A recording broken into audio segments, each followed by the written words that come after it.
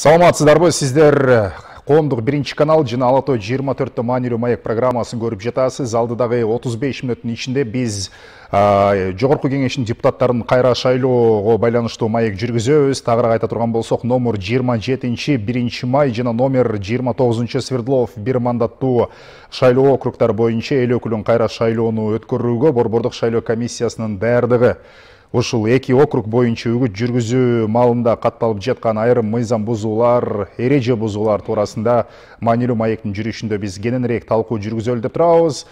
Программага бүгүн Борбордук шайлоо комиссиясынын төрагасынын орун басары Тынчтык Шайназаровду чакырганбыз. Тынчтык Ибраимович шайлоо жана референдум өткөрүү боюнча Борбордук комиссиядагы жыйналышка байланыштуу биздин эфирге кармалып жатат. Урматтуу теле көрүүчү, мен эсиңизге салайын, сиз талкууга катыша аласыз. 0312 67 04 76. Балким сизде суроо бар болсо, биз азыр ушул мүнөттөрдөн тарта телефондук байланышты коштук. Суроолоруңузду кабыл алып, жазып алып, студияга коногубуз келгенде дароо узатууга даярбыз.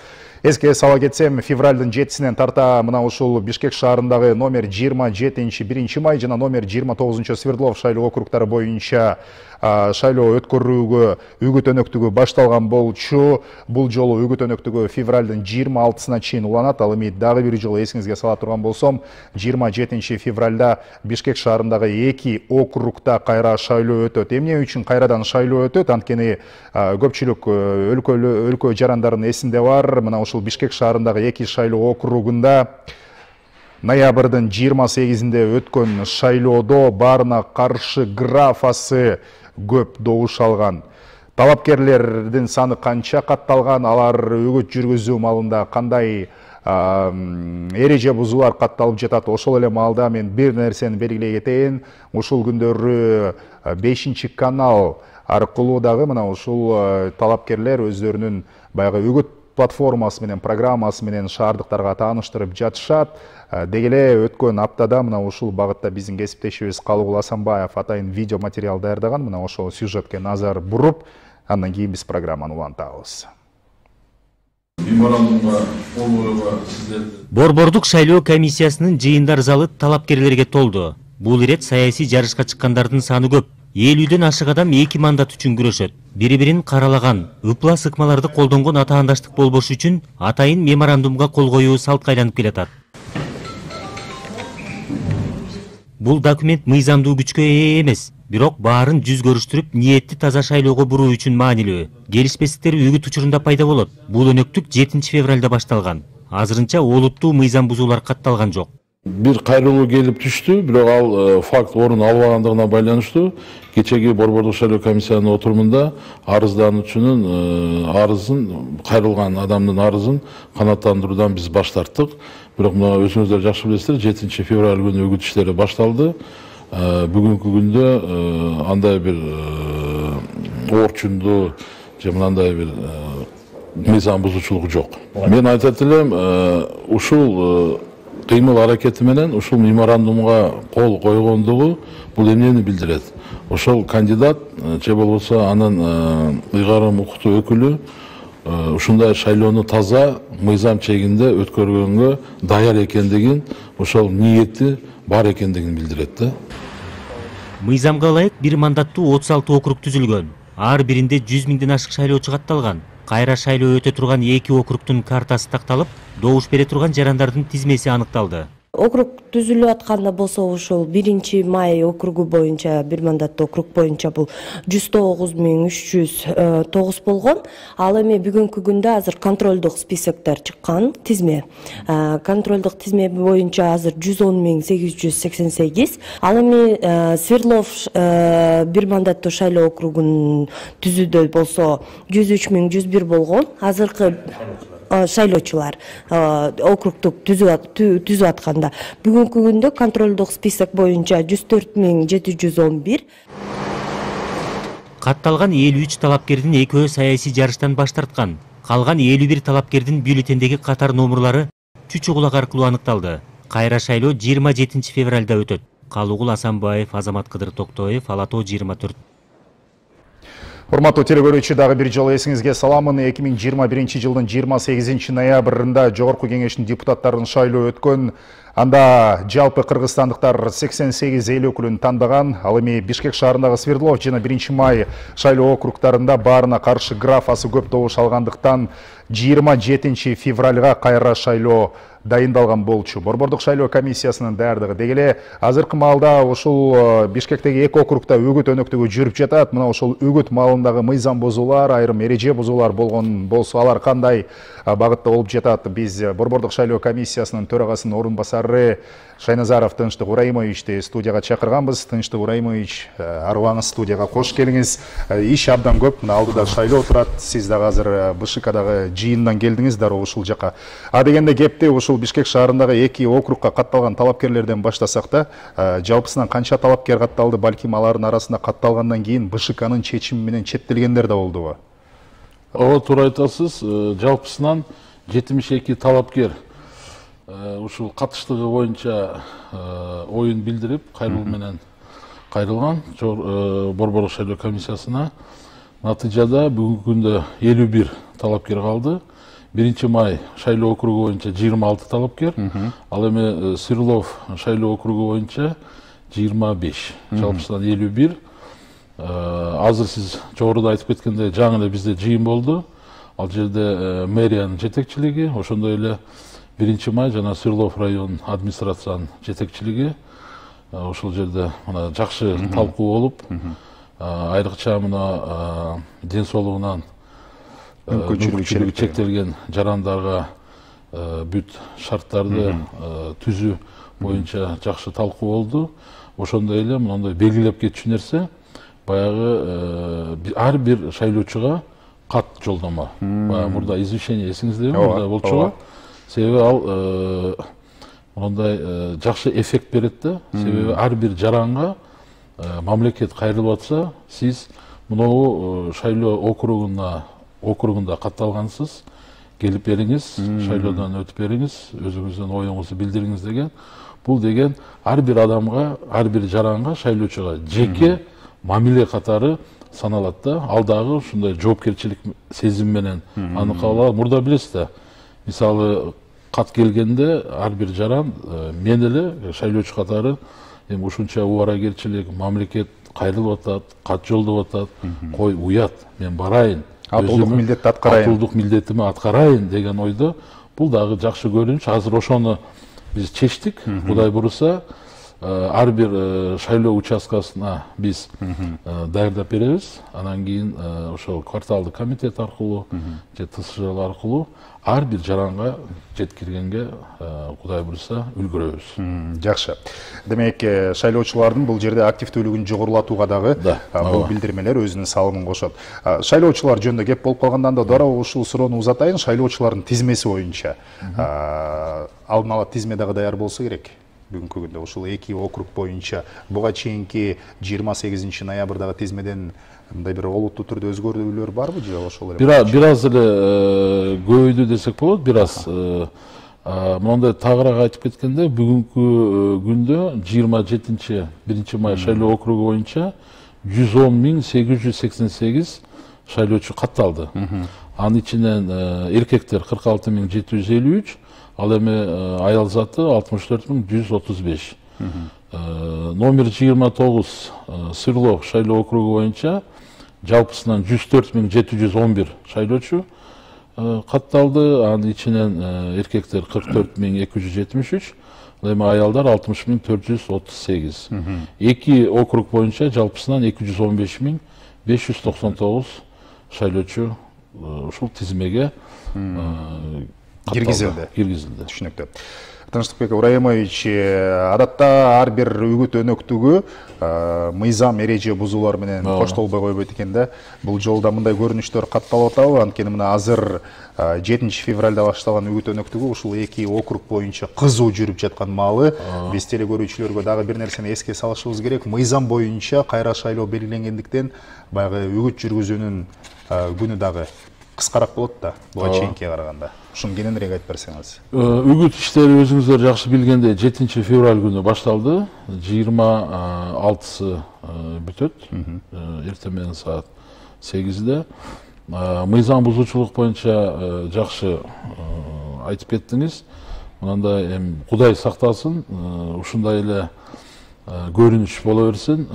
Бүгүнкү күндө жалпысынан ыкчам чара көрүү координациялык топко болгону 3 кайрылуу келип түштү.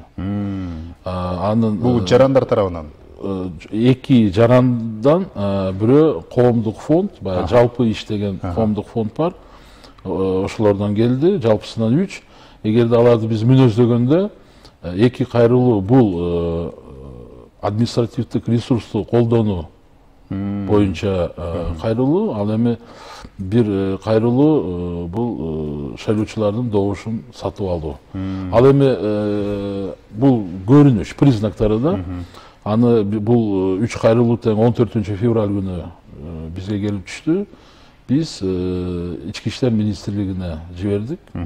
Себеби тергөө органдары ошол жарандарга алардын кыймыл аракетине укуктук баа бериш керек. Ушул эле маселени азыр мына жыйындан мен келетам.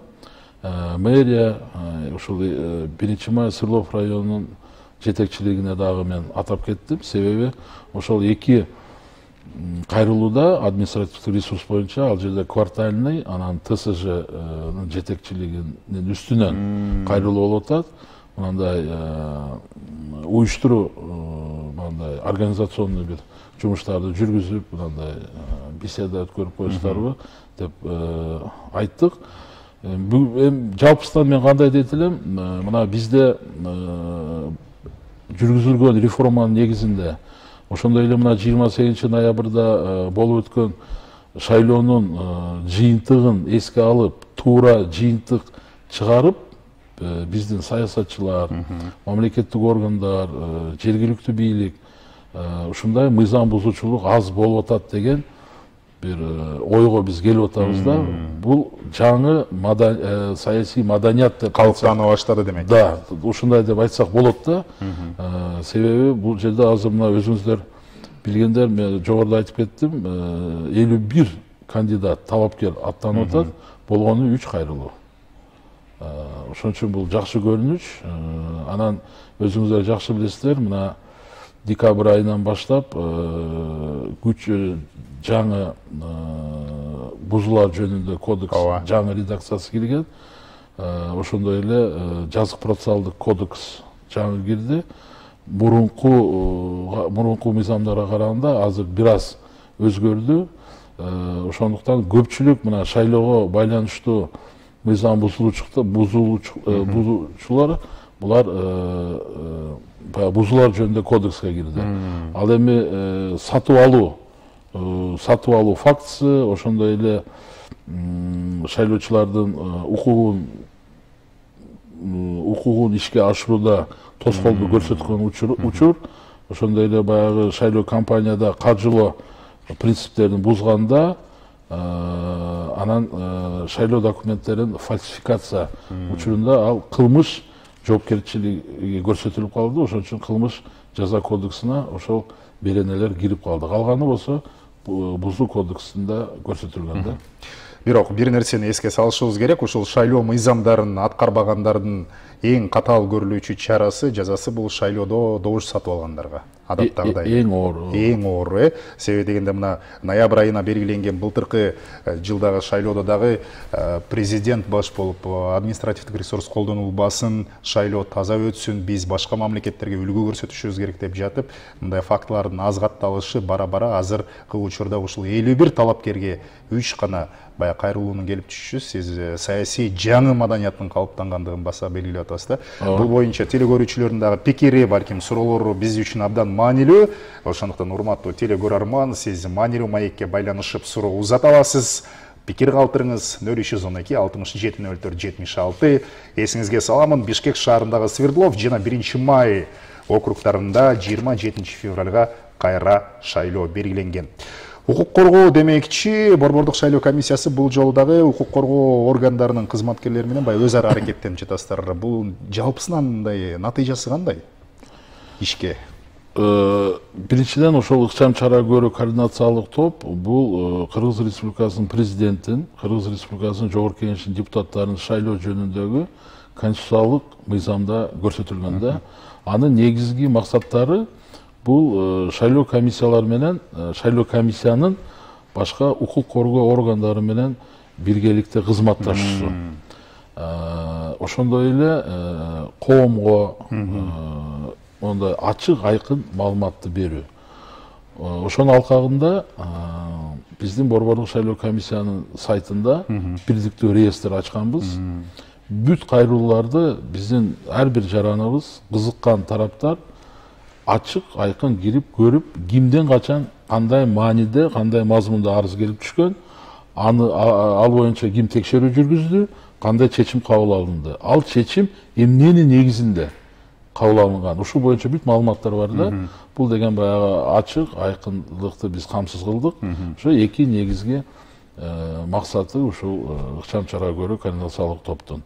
Анан бул эми жаңы көрүнүш, бул өтө эффективдүү болду деп мен айта аламын. Баягы сиз жогоруда айтып кеткендей, чынында мамлекет башчыбыздын кайрылуусу, анын сөзү бир топ таасирдүү да башка кандайдыр бир аракеттерге караганда. Мамлекет башчы айтып аткандан кийин административдик ресурс колдонулбасын. Сөзсүз түрдө жоопко тартылат.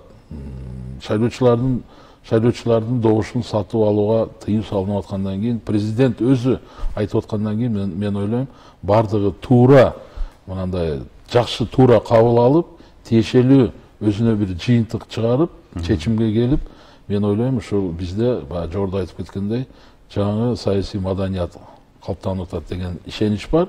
Себеби мына практикада жашоо турмуш көрсөтүп атат да. Мына 10 күн калды, 27 февралга чейин 10 күн калды, шайлоого чейин.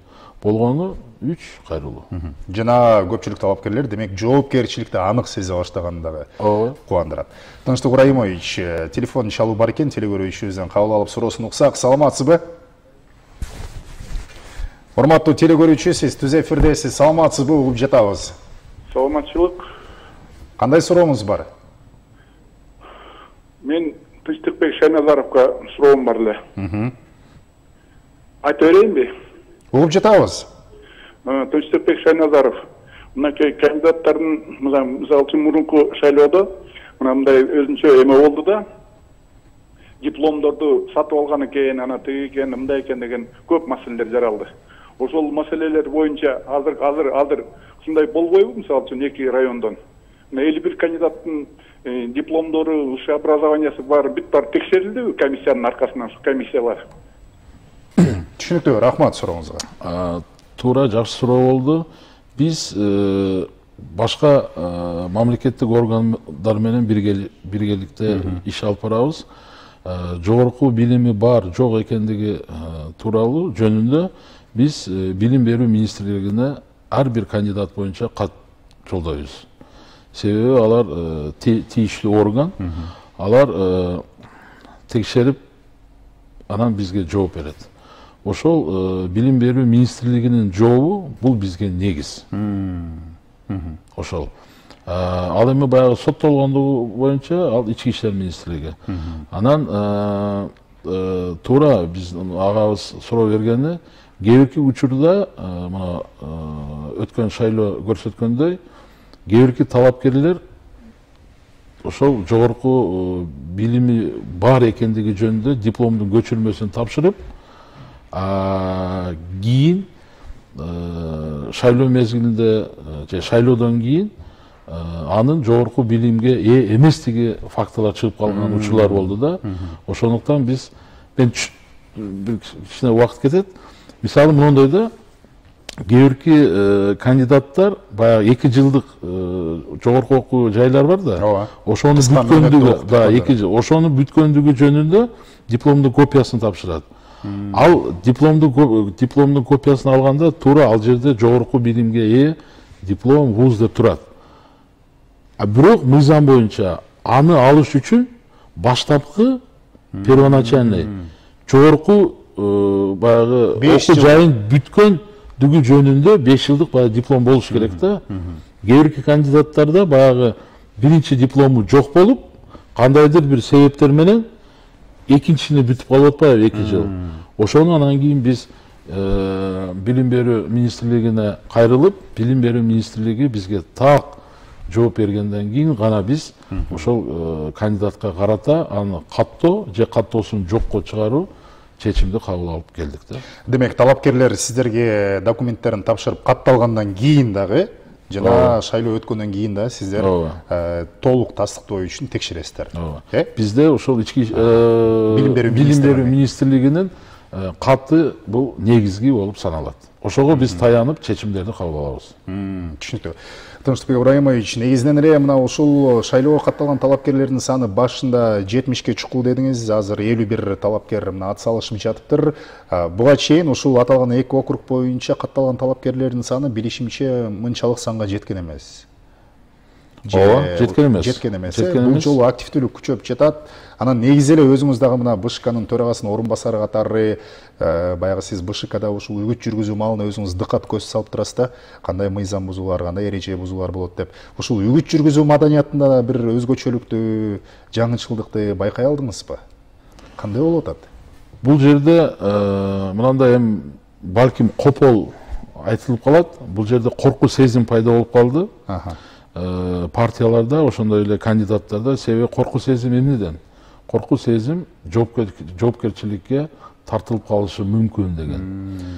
Ошонун бир жагынан жакшы. Ошонун негизинде жакшы. Ошонун негизинде мынандай мыйзам бузуучулукка бараардын астында бир 10 жолу ойлоно турган болуп калды да. Бул дагы кандайдыр бир деңгээлде аны бир тарбиялайт дейбизби, жакшы көрсөткүч. Андан тышкары мына ошол жогоруда айтып кеткендей, мамлекет башчыбыздын кайрылуусу, ошондой эле өкмөт тарабынан, Борбордук шайлоо комиссиясы тарабынан, айрыкча ички иштер министрлиги тарабынан мындай уюштуруу иштердин жүргүзүүнүн натыйжасында ушундай биз жетишкендиктерди көрүп атабыз да. Бул жакшы деп ойлойм. Себеби баягы мен жакшы көргөн эле ушу айта берем ар дайым. Мурда биз эмнеге кандай бир немелерди, ыкмаларды күбө болгонбуз. Пачкалап 300, 400, 500 бюллетендерди салган күндөрдү көргөнбүз, каруселдерди көргөнбүз, туурабы? Аны шайлоо комиссиянын мүчөлөрү менен сүйлөшүп эле ошол өзүнө ылайыктуу жыйынтыкты алчу да кандидаттар же партиялар. Анан азыркы күндө шайлоо комиссиясы менен андай мүмкүнчүлүк жок болгондуктан ошо 20-жылы талапкерлер, партиялар элге чыга баштады. Элге кантип чыкты? Шайлоочулардын добушун сатып алуу жолу менен. Бул дагы ыкма. Акыркы шайлоо андай мен болбоду дебейм, болду. Бирок андай масштабта эмес да. Административдик ресурс мурда бүт жерде колдончу. Бүт жерде. Байкуш баягы биздин мугалимдер, врачтар 100% колдончу да. Мисалы бийликтин партиясына иштейсиң, болбосо жумуштан кетесиң дечү. Алар бардыгы иштеп келген. А мына 28 ноябрдагы шайлоодо биз андайды көрбөдүк. Мына мен мисалы жалган айтсам, эл турат. Тура, ошол эле мугалимдер кой бизге жакындабагыла, биз жоопкерчиликке тартылып кетишибиз мүмкүн деп. Бул ачык айкын болгондугу да. Ушинтип мен ойлойм, барып биздин Кыргызстан эң таза шайлоолорду өткөргөн мамлекетке айланабыз деп мен ишенем. Себеби күндөн күнгө прогресс бар. Бул деген ошо ага бүт мамлекет, жетекчилик, Борбордук шайлоо комиссиясы, жергиликтүү бийлик, элибиз, партиялар бардыгы ушуга кызыктар болуш керек да. Ошондо чынында биз ачык айкын шайлоолорду өткөрсөк, чынында күчтүү саясатчылар парламентке келет деп мен ойлойм да. Албетте жакшы, менде үй бүлөмдө мугалимдер бар. Бул жолу чындап эле биз күбө болдук мугалимдердин өз иши менен гана алек болгонуна, балдарга сабак бергенде. Эми Тынчтык Ыбрайымович, ушул талапкерлер арасында дагы эреже, мыйзамдар боюнча алар өздөрү баягы Борбордук шайлоо комиссиясынын сайтынан окушат. Эми өздөрү ушунчалык чоң жарышка аттанып аткандан кийин өздөрү да албетте маалымдама иретинде ээ болушат. Анын негизгиси эле үгүт жүргүзүп жатканда жашы жете элек жарандарыбызды колдонбошу керек. Ошол эле диний уюмдар, айта берсек көп мамлекеттик мекеменин же болбосо муниципалдык кызматкерлер болбошу керек деген өңүттөчү. Ушул талапкерлерге алдын ала БШК кандайдыр бир чогулуштарды өткөрөсүздөр го, чогултуп кандай атап коет? Талапкерлер бири-бири менен бир меморандумга келишет, Ушул жөнүндө айтып берсеңиз, бул өзү эмне берет? Жакында эми бул юридикалык күчкө ээ эмес. Бул документчи. Бул баягы айтып коет, баягы джентльменское соглашение дегендей. Бирок ушул кадамга баруу, ушул меморандумга кол коеюн деп келген адамдын, мени бул жеке оюм, бул анын таза ниетинин тазалыгын көрсөтөт. Ушул таза күрөшкө мен аттанам, мен ушуга макулмун, мен ушуга ынанам деп келет да. Ошол меморандумга кол койгондо ошол аземди мен өткөрдүм. 2 округ боюнча көпчүлүк талапкерлер өздөрү келди. Кээ бирки келе албаган талапкерлердин, алардын ыйгарым укуктуу өкүлдөрү келип, бүт баары кол коюп берди. Бул дагы жакшы көрүнүч. Бул деген баягы адамдын ушундай мыйзамдуу, мындай таза жол менен шайлоого аттангандыгын көрсөтөт.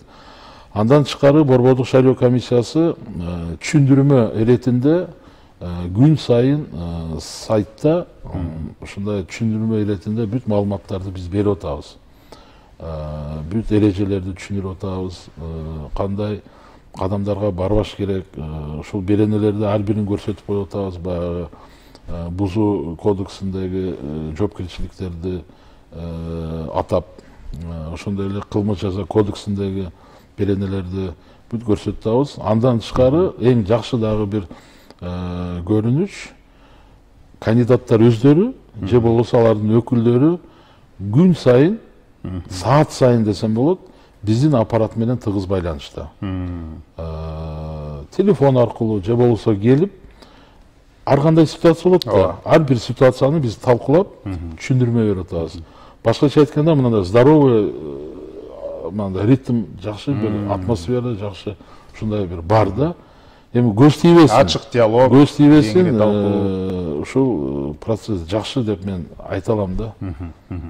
Түшүнүктүү, биздин телекөрүүчү байланышып, сиз жооп берип атканда үзүлүп калыптыр, бирок анын суроосу ушул шайлоочулардын жоопкерчилиги тууралуу болуптур. Шайлоочулардын жоопкерчилиги боюнча сиз эмне айта аласыз? Албетте, ар бир жарандын бул милдети өздөрүнүн баягы жарандык атуулдук парызын аткаруу, келип ошол күнү шайлоого катышуу. Андан тышкары ошол шайлоого катышуунун өзүндөгү бир жоопкерчилик деген.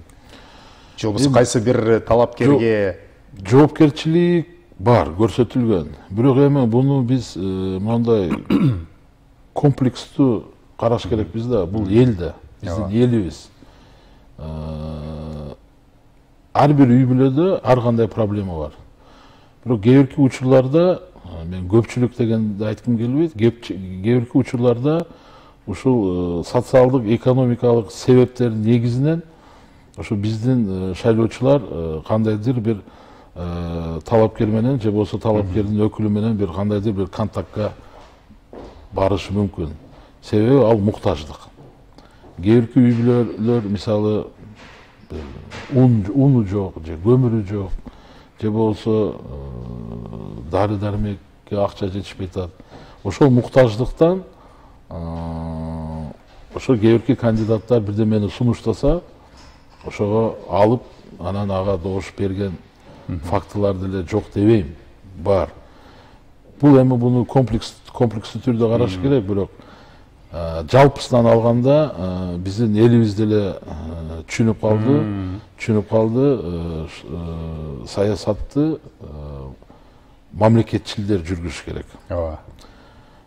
Себеби жогорку кеңештин депутаттары же болбосо аткаруу бийликтин өкүлдөрү бул мамлекеттин жүзү, саясаттын жүзү. Эл аралык деңгээлде болобу же башка бир жыйындарда болобу, ошондуктан биздин элибиз, Кыргызстандын саясатчылары жогорку деңгээлде, мындай тажрыйбалуу, эстүү, акылдуу саясатчылар болсун деген мындай сезим бар деп мен ишенем. Бирок күндөн күнгө Кудай бурса ушул прогресс бар. Мен ойлойм, биз барып мындай электен өтүп, биздин саясатчылар бир күчтүү бекенчил, күчтүү мамлекетчил саясаттарды көрөбүз деп ишенем. Азыр деле алар бар, иштеп атат. Анан эми элге, элдин шайлоочулардын жоопкерчилиги жөнүндө мен мындай бир так айта албайм. Буну комплекстүү караш керек. Биздин кулун эле же болбосо бир тууганыбыз эле, биздин жакын тууганыбыз эле деген стереотиптерден да биз арылып баратабыз. Байкадыңызбы акыркы учурларда? Салыштырмалуу Бишкектеги округдарда ушул 1-Май жана Свердлов округу борбор шаар болгондон кийин мындай азыраак болуш керек. Ооба, шаарда эми бул жерде өзүнүн өзгөчөлүгү бар. Мына өзүңүз баарыбыз күбө болдук. 1-Май менен Свердловский район баарына каршы кандидат жеңип чыгып атат. Бул деле позицияда, бул элдин позициясы. Анан мындай сурап көрсөң, эмнеге андай? Мисалы тааныштардан сурайсың, сен кандай добуш бердиң эле? Мен баарына каршы. Эмнеге десең, себеби кандидаттардын бирөөсүн да тааныбайм, алардын программасын да билбейм. Буларга мен ишеничим жок. Ошондуктан мен дейт баарына каршы добуш бердим деп бүткөндөн кийин. Түшүнүктүү. Тынчтык Ыбрайымович, телефон чалуу бар экен, кабыл алсак, убактыбыз абдан аз калыптыр. Саламатсызбы, урматтуу телекөрүүчү? Линия үзүлүптүр. Борбордук шайлоо комиссиясы ушул шайлоону өткөрүүгө, даярдык көрүүгө жалпысынан мындай бир сметада бааны бекиттиби? Канча сумма керектелди? 24 миллион сом. Бул жалпысынан ушул эки округга, эми жалпысынан бул акча көпчүлүгү ошол биздин шайлоо комиссиянын мүчөлөрүнө андай айлык катары жумшалат да. Мына ушул талапкерлердин баягы шайлоо фонддору боюнча эмне айта аласыз? Кандай белгиленди? Талапкерлердин фонду боюнча жалпысынан азыр маалыматым бар эле. Бул жерде баягы алардын өзүнүн каражаттарынан же болбосо юридикалык, балким жеке тараптардын ыктыярдуу төлөмдөрүнүн эсебинен жүргүзүлөт. Ооба, бул шайлоо фонду аркылуу болуш керек, себеби ар бир талапкер шайлоо фондун ачат. Бул РСК, ошондой эле Айыл банк тар менен биз кызматташабыз. Бизде убакыт абдан аз калыптыр. Анда мен дагы бир суроо өтөйүнчү, Тынчтык Ыбрайымович. Негизинен азыркы күндө мына 5-канал аркылуу ушул талапкерлер баягы кайрылуу жолдоп атышат, теледебаттарга катышып жатышат. Ошол боюнча айтып берсеңиз, бул кандай адаттагыдай эле баягы чучугулак аркылуу бөлүштүрүлдү да, э? Ооба, ошо жеребьевка болуп өттү. Ошонун негизинде дебаттар 10 февралдан баштап 25 февраль күнү өтөт. Ал 5 сиз айтып кеткендей 1 күндөн 5 күнгө чейин кечки саат 9-да башталат. Түз эфир аркылуу 5-канал алып берет. Түшүнүктүү. Эми биздин маек жыйынтыкталып баратат. Мүмкүн болсо кыска жооп берсеңиз, азыр ушул телеканал аркылуу теледебаттарды көрүп жаткан, жерине барып жолугуп жаткан талапкерлердин баягы өгөт платформасын, программасын угуп жаткан шайлоочулар эмнесине көңүл бурушу керек? Себеби дегенде платформа ар дайым кооз жазылат, жакшы сөздөр, жакшы убадалар айтылат. Бирок шайлоочу мындай бир көкүрөгүндө, түпкүрүндө кантип ошол талапкерлердин арасынан, мисалы 1-Майдан 26, Свердловдон 25 талапкер деп атасыз, арасынан бирөөнү тандашы керек да аларчы. Кантип? Эгерде мен шайлоочу болсом, мен кантип тандайт элем? Туура баарынын программасын көрсөң, эми кооз, жыргатат, гүлдөтөт, эртең эле биз Швейцарияга айланабыз да. Бирок мен жеке ошол киши менен сүйлөшүп көрүп, өзүмө бир баа берет элем. Бул деген встречалар. Кандидаттар менен баягы встречага барыш керек биздин шайлоочулар. Ошондой эле теледебат. Андан тышкары ошол жаран боюнча, кандидат боюнча азыр бизде бүт ачык маалыматтар бүт бар. Көрүш керек, анын тажрыйбасын көрүш керек. Кайсы жерде иштеген, кантип иштеген. Эми тажрыйбалуу адамдар болсо жакшы да. Эми мен айтпайм, мисалы баардыгы эле юрист болуш керек же экономист. Жок, ар бир чөйрөнүн күчтүү адистери жогорку кеңеште отуруш керек. Ар бир отраслдын. Ошондуктан мен айтат элем, биздин шайлоочулар ошо теледебаттарды көрсүн, ар бир кандидаттын деңгээлине кандайдыр бир деңгээлде баа берет, анан ошо жолугушууларга барыш керек. Ошол кандидатка, мисалы жактырган кандидат жөнүндө интернет аркылуу, мына сайттар аркылуу маалымат көрүп тапташы керек. алыш керек. Түшүнүктүү. Ошондо мен ойлойм, бүгүнкү күндө бул менин жеке оюм, кандайдыр бир ушундай бир ой пайда болот, мүмкүнчүлүк болот да тандаганга. Сизге рахмат, Тынчтык Ибраимович, студияга келип маек куруп бергениңизге, телекөрүүчүлөргө дагы ыраазычылык билдиребиз. Талкууга кошулганы үчүн Бишкектин Свердлов жана 1-Май округдарында 27 февраль күнү кайра шайлоо өтөт. Мына ушул багытта биз Борбордук шайлоо комиссиясынын төрагасынын ордун басары Тынчтык Шайназаров менен түз эфирде талкуу жүргүздүк. Саламатта калыңыздар.